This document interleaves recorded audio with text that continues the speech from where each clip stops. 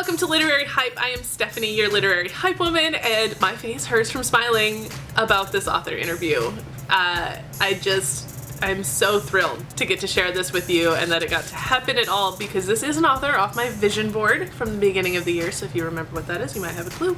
But today we are talking with Tessa Bailey, the New York Times bestselling author of so many romances. Like, she told me like 57 books that she's written. It's just incredible. Her new book is Unfortunately Yours, and it is the sequel / end of the duology for Secretly Yours. So these both came out in 2023, which is wild. She puts out so many books. We have so much to talk about. So without any further ado, here is my conversation with the one and only Tessa Bailey.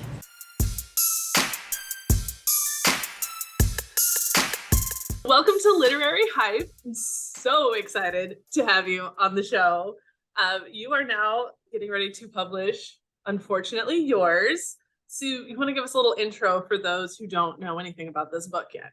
Unfortunately Yours is an enemies to lovers, marriage of convenience rom-com. We have August Cates, who is one of my favorite heroes I've ever written. He is a former Navy SEAL turned vintner, which is totally a thing.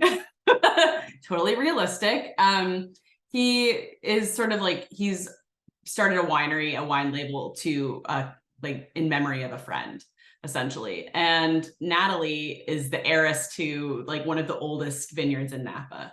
And so they kind of realize through some happenstance that they are at, you know, the breaking point in their careers. He's ran out of money. She needs to start this fund, hedge fund, so she can go back to New York and sort of salvage her reputation. But in order to do that, they both have to be married. You know, he needs her influence and she needs him to get her trust fund. And so these two enemies who are secretly deeply attracted to each other and like verging on love, but their love language is bickering, they decide to get married, and it's a prank war ensues. There's a lot of laughs. August is he just can't say the right thing, and it's like every time they almost get there, he he blows it somehow. But you know, it's one of those books that felt special. So I just really can't wait for everybody to read it. In your author's note, you mentioned that Natalie and August are your favorite couple. What is it about them that makes them so special to you? They're just so deeply vulnerable. Like, they both have these vulnerabilities that like they can't hide. They can hide from everybody else except each other. Like, those vulnerabilities really shine through because they are soulmates. You know, like they can see when the other person is, you know, down or needs a little encouragement, and then they drop the battle. You know, like the truce comes in, and they like, you know, lift each other up. And I think that that's a really refreshing in enemies to lovers. You know, like these two people that can be, you know, party to so much vitriol, like bickering back and forth, but then once they see the other person's actually hurt by it, it's off.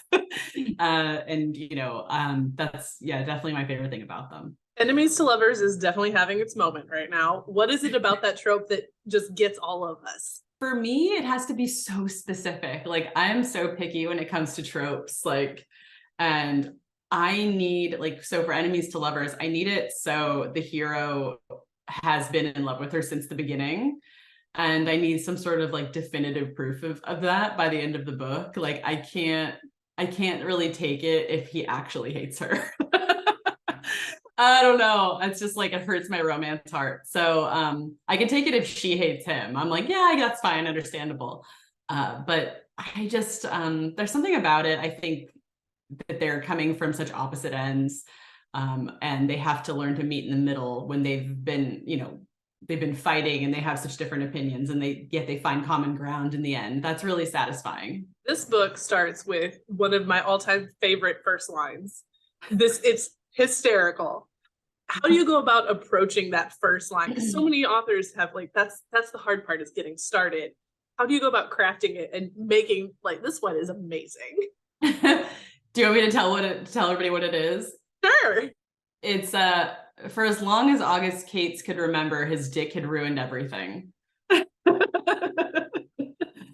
Yeah, I don't know. I think it's like, I really like writing character-driven books, like I wouldn't say they're ultra plot heavy. They're very much like emotional conflicts and like opposites attract and things like that. Like they're overcoming sort of like personality traits as opposed to like outside forces. I really think, introducing the character as quickly as possible and getting people on their side, having people understand who is like their window into the story is really important in like keeping people's attention. I think, like let's let people know right up front in one line exactly who August Cates is, because I think it's like you're invested right away.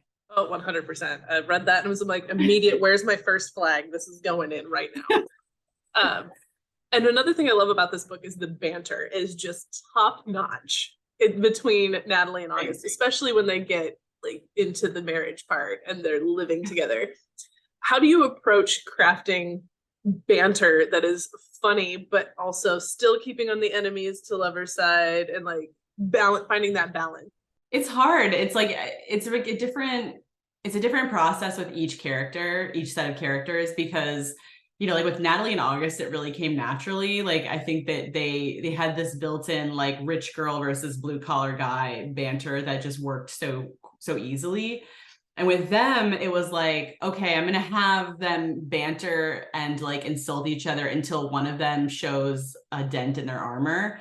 And then that's like the gateway in for them to have like more serious discussions. But it was like, I don't know how to describe it, but it was like banter. It was like, insult. And then one of them shows a weakness. And then the other one's like, wait a minute, what? And then they would have like a serious conversation. I know that's really technical and scientific. But that's how I worked it with them. It's like, it was like they were arguing until suddenly they weren't. And then it was like they're best friends. I don't know how to describe it, but yeah, every couple is totally different. We do get to see, since this is the second part of a duology, we do get to see a little bit of Julian and Hallie. And I really love the friendship that Hallie and Natalie form. Talk about like making sure that your characters are well-rounded in their female friendships and it's not just all about the guy. Yeah, I think it's definitely really important for all the characters to have friends beyond, just the romantic, the romantic interest in the book. Somebody to sound things off of, somebody to give them their come to Jesus moment, but I think in terms of Natalie and Hallie, the reason I like that particular female friendship so much is because they're completely different people. And they recognize that, they recognize how different they are, but they like appreciate each other. They're like, okay, you're chaotic and insane, but like, I like you, I got you, And I think that's really important because like as women, we go out into the world and like we have to lift each other up no matter how different we are. Like you're going to come across people that maybe you're not going to be best friends with, but like finding something you like about them and, finding a way to be on that person's team is really important. It's a really important skill to have. And I like to give that to my heroines. Something you give to your relationships that I really love seeing is like the conversations involving consent and respect in the relationship. Even when this one is starting out as fake, they still have that conversation. How important is it to you to show that it still needs to be a conversation, even no matter what's going on in the relationship, it still needs to be a part of it? Yeah, well, I think it's sexy. I think it's like, it's not, I think maybe some people might have a misconception that like stopping to have that conversation takes the mood away. But I think it enhances it. Like, I think there's something incredibly hot about like, take August, who is very alpha, I guess you could call him. He's very like old school, just big bruiser. Like he gets jealous, he gets possessive, he's very protective. But when it comes to her feeling comfortable and safe with him, that's the most important thing to him. Like he wants her to feel safe.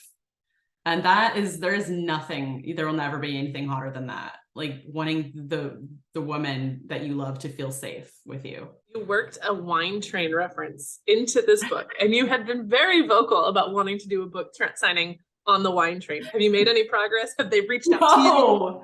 Napa does not want me. I swear to God. So I'm doing a book tour starting next week where I'm going to Nashville, Denver, and San Diego, but it was supposed to be Napa. And we had a bookstore we were going to go to, and it was like really close to the wine train. And I was going to make it happen. I'm still not saying it won't happen. And just like right now, it's not. But it's the thing about Napa in the summertime is there's like 4 million events happening at the same, like there's a street fair and there's a wine tasting and there's a like carnation festival and whatever else they have. And it's all happening in the summertime at the same time. And so they were like, we're not going to be able to even, like, the block isn't even going to be open that weekend. Like, it's going to be shut down. No one's going to be able to park. It's going to be crazy. And I was like, all right. So I guess I'm going to have to let go of it for now.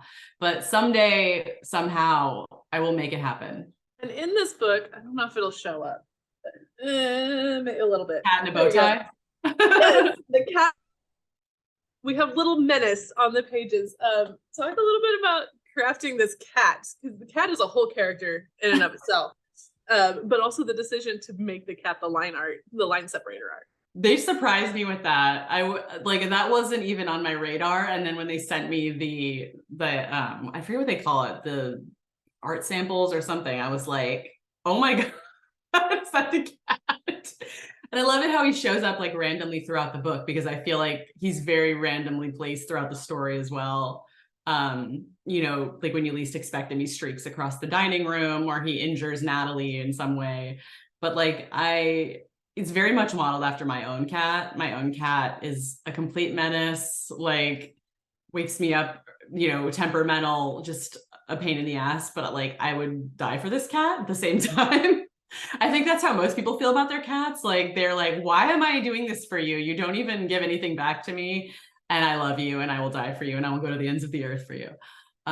So yeah, and I just thought it was so funny that August, who is clearly not a cat person, was learning to nurture and care for this cat. You know, it showed a lot about his personality. Learning to care for a cat, learning to care for a human woman. It's, you know, there's some parallels. You need to practice beforehand. Oh, for sure. So this is part of a duology. Your last 2 books, part of a duology. What is it that you love about duologies compared to a series or standalones?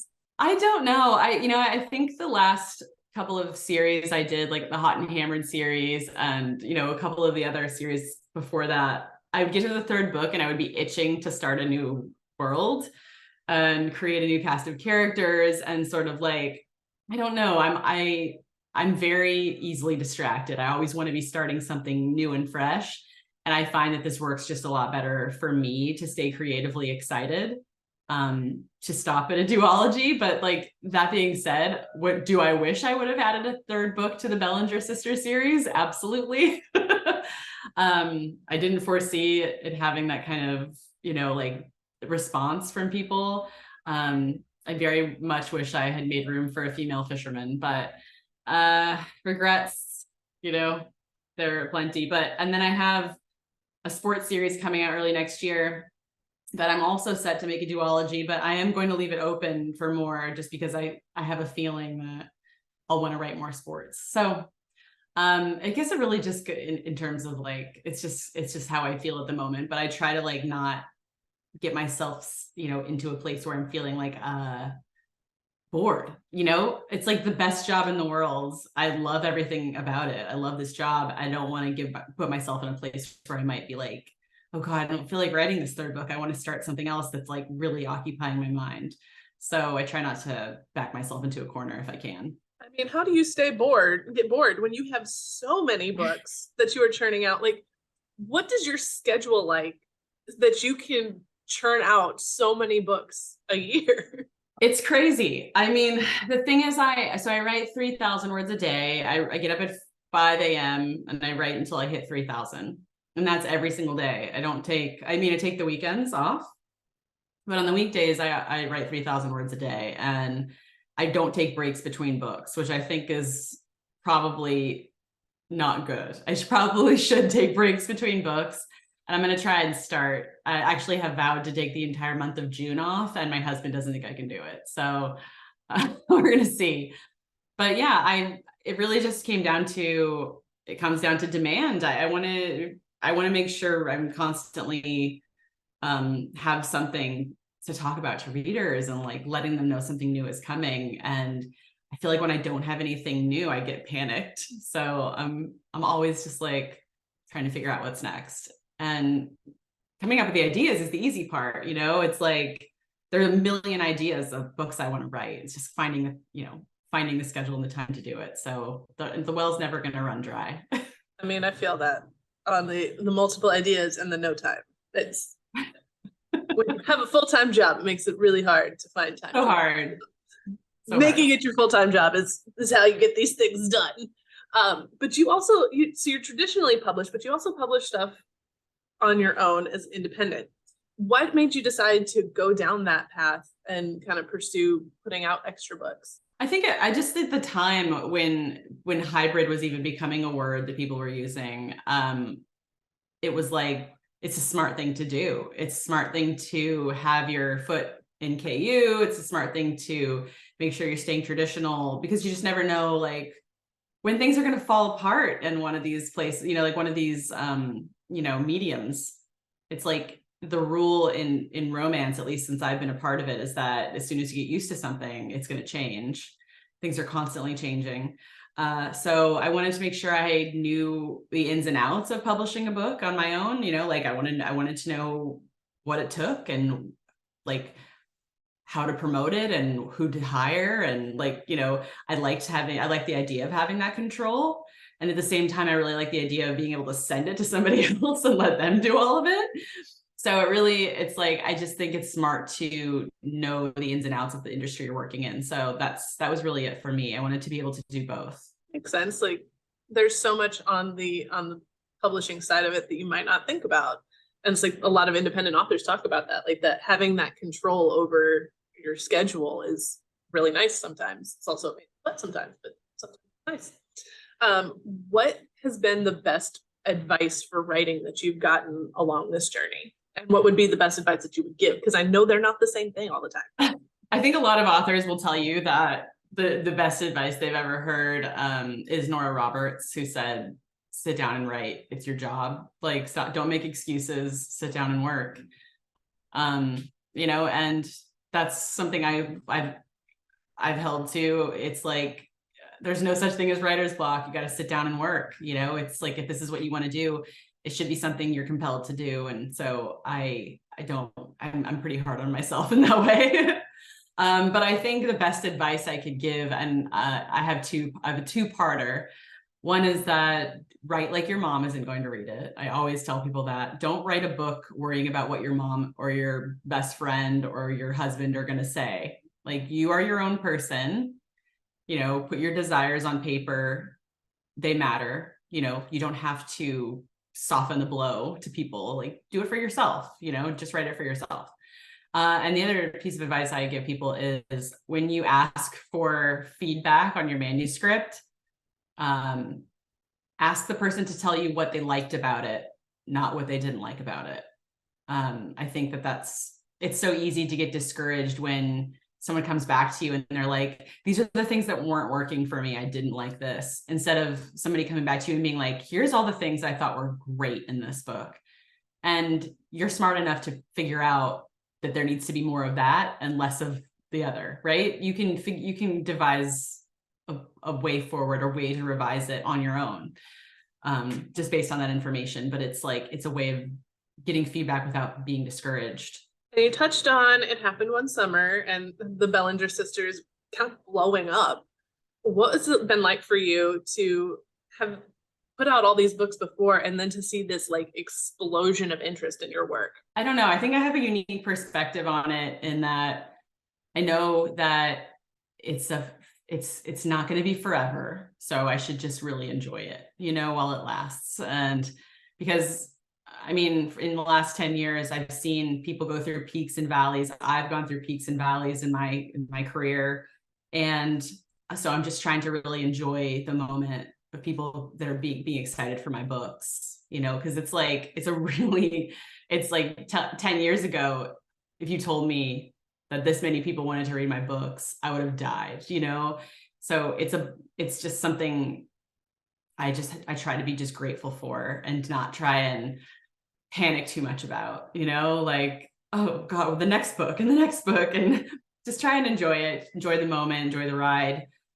It's great to just see new people coming to romance, you know, like the amount of people that have come to me and said, Happened One Summer is the book that got me back into reading.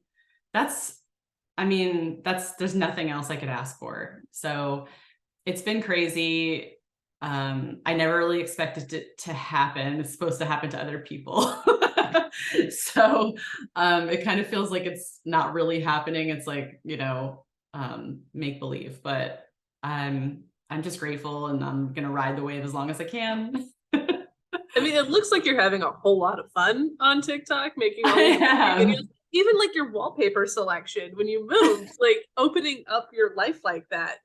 Has it added any pressure, or does it feel any different for you now, writing with all this extra attention from TikTok and like trying to make the TikToks to make it kind of push the interest in your stories? There's a little pressure, I would say.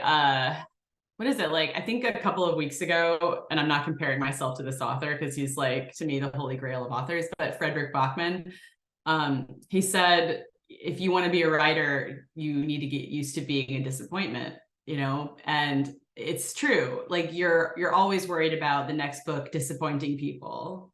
You're always worried about, you know, like losing the people that you've brought, like that have become your readers. You're worried about losing them with one book. And so, and the truth is that happens to every single author. And that's sort of the fear that we all have.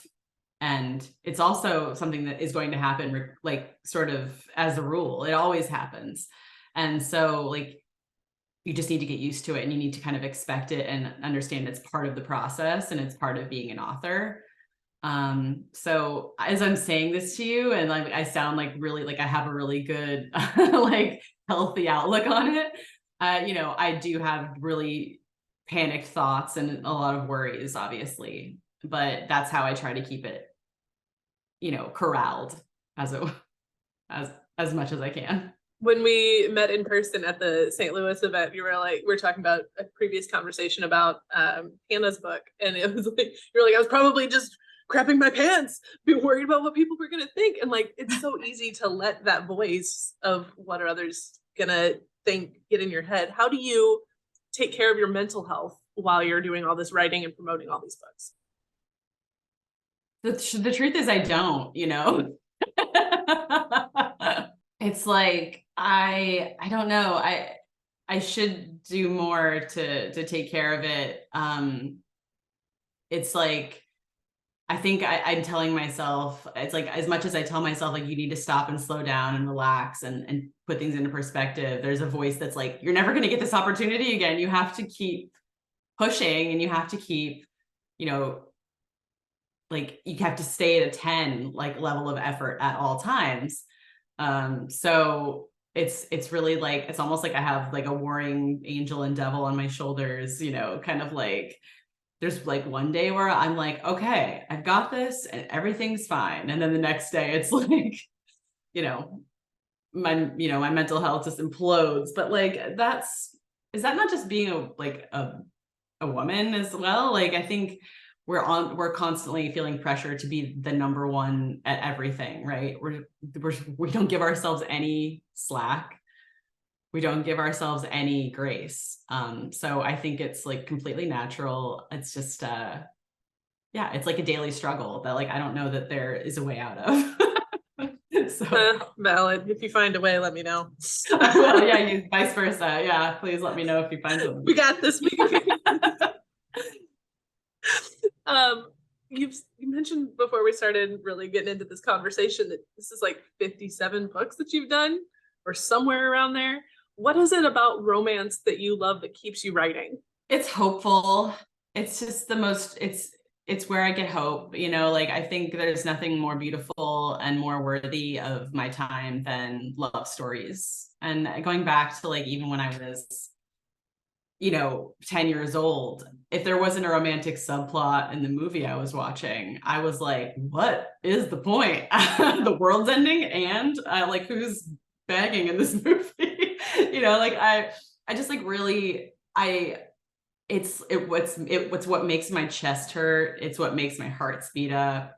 I want to be invested in a love story, and I want two people to find their person and like have their person forever. because I don't think there's anything else that compares to that. Like, it's just it's the best. And the romance genre is hope, you know, that's what it is. It's hope for people. And it's like, it's escapism. I want to escape from my life. I want to go live somebody else's life for a while. It's empathy, you know, like that's another thing this genre really represents, walking in somebody else's shoes and learning how to be empathetic. It's just the best. And there's like this giant safety net at the end of it that no matter what kind of gamut of emotions you feel during the story, you're going to have this soft landing. And like, it just allows you to feel so much more because you know you're going to get caught at the end, you know? So it's the best genre. I won't hear any different. Really is. And you're the author that got me into reading romance, so this is all your fault. All those books behind you, blame it on me. I mean, seriously though, like had been working at a Barnes and Noble for 6 years at that point, and we got the arc of Fix Her Up, and I was like, oh, now I like, or not Fix Her Up, it was the second one, Love Her or Lose Her. And I was like, went to read it, realized it was the first in a series, had to go back, and it was pandemic, so then I just became obsessed, and it's all your fault. That's history. All those years you wasted working in Barnes and Noble, you could have been reading romance. Seriously, like I mean, we could talk about that too. The like idealization that romance isn't quality literature. And it's just like that, oh, I'm too good to read romance. And now it's like, but you're missing out on so much. Yeah, I don't know. I just laugh now when people are like, romance. I'm like we all just like don't care anymore what you're saying, and we're just like so happy that we get to read books, and like we have so many people that are willing to talk about it with us now. Like, romance gives us unrealistic expectations. It's like we don't even have expectations anymore. Like, nice try. Like, we don't even expect anything from anybody. We just want to read our books. And like we have this giant supportive community now that allows us to do that and talk about it with other people. And it's the lack of shame lately surrounding romance, especially on TikTok, where like this generation Z, like the way they talk about what they like and what turns them on so unabashedly. I just like, it's so encouraging and so cool to watch. It just feels new. It feels like romance has taken on this new respect, you know, and bookstores respect romance now. They're giving us all this, you know, all this space, and they're putting us in the front. And it's like, it wasn't like that 10 years ago. You had to go hide in the back and find it in the, you know, in the dark shelves. I mean, romance is having its moment, but also hockey romance is having its moment. So you have said, oh yes. You mentioned this, you talked about it on TikTok, that you are writing 2 hockey romances. You want to talk a little bit about those, what you can say at this point? Yeah, so I finished one this morning.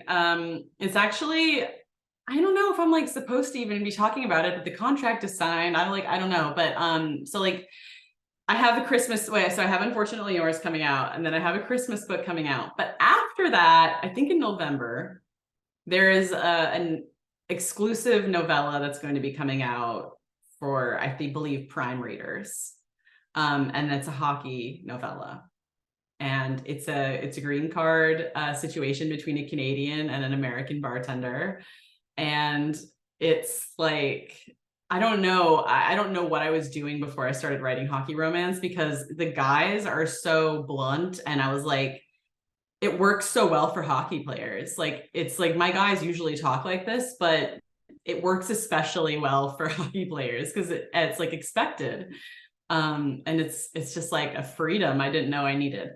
So anyways, that one. And then I have a book coming out in February. It's a golfer and his #1 fan who becomes his caddy, who I am obsessed with. And then after that will be a full-length hockey book, which is a single dad hockey player and his nanny. So there's lots of good stuff coming, lots of dirty hockey boys coming down the pike, rest assured. And so in the back of the arc of Unfortunately Yours, it says, keep an eye out for Tessa's new series, Title TK, Fall 2023.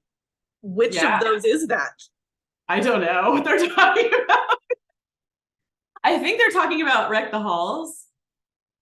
Okay, That's the only other thing that's coming out in the fall from Avon. The sports series doesn't start until like winter, like February 2024. So I don't know. They probably just put that there as a placeholder. I got very excited. I was like, is she holding out? Am I going to get the goods? There's a lot of goods coming. So you want to tell us what the Christmas book is about? Yeah. So Wreck the Halls is so in the 90s, there's this like really famous female pop power duo, and they had this terrible breakup, right? But when they break up, they're both pregnant, right? So now here we are, flash forward 30 years, and both of those children, Beat and Melody, so named by their parents, they have been offered $1 million apiece to reunite their mothers on Christmas Eve.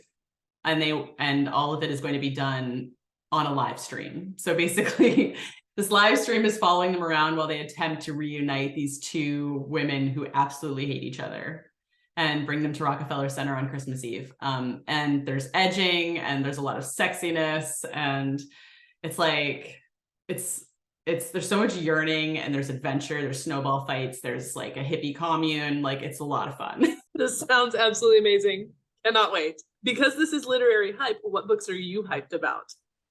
Oh my gosh. Okay, so I just told you I'm going to try and take June off, right? So now I have a stack of books that I really want to read. Some of them are romance, some of them aren't. I really want to read Tomorrow. I want to read Lessons in Chemistry. Those are the two, because like, you know, when you just feel like those are part of the just like pop culture at the moment, you just kind of want to be informed.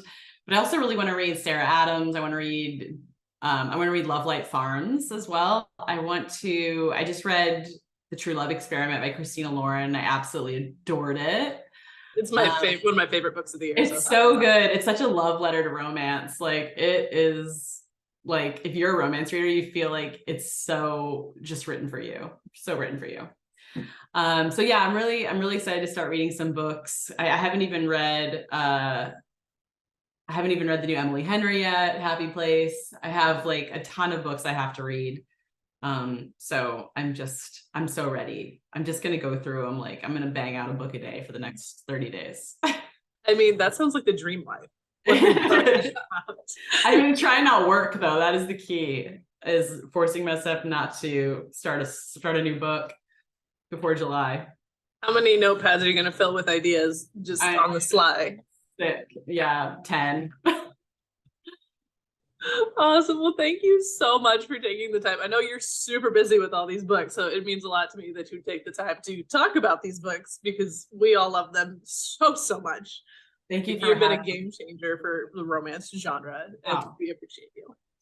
Thank you. Oh my gosh, thank you. That's such a nice compliment. And those were amazing questions. I feel like, you know more about what's going on with me than I do. That's nice. So yeah, I'm so excited about everything to come, and thanks for reading and following along with me, and I appreciate it so much. Thanks again to Tessa for taking the time out of her very busy schedule to talk about these books. It means so much to me. It truly, truly does, to get to talk to these authors, especially ones of like Tessa Bailey's caliber. It's truly incredible, and I'm so thankful that she was willing to spend the time talking. So show her some love. There are links to follow her down below, as well as to buy her books.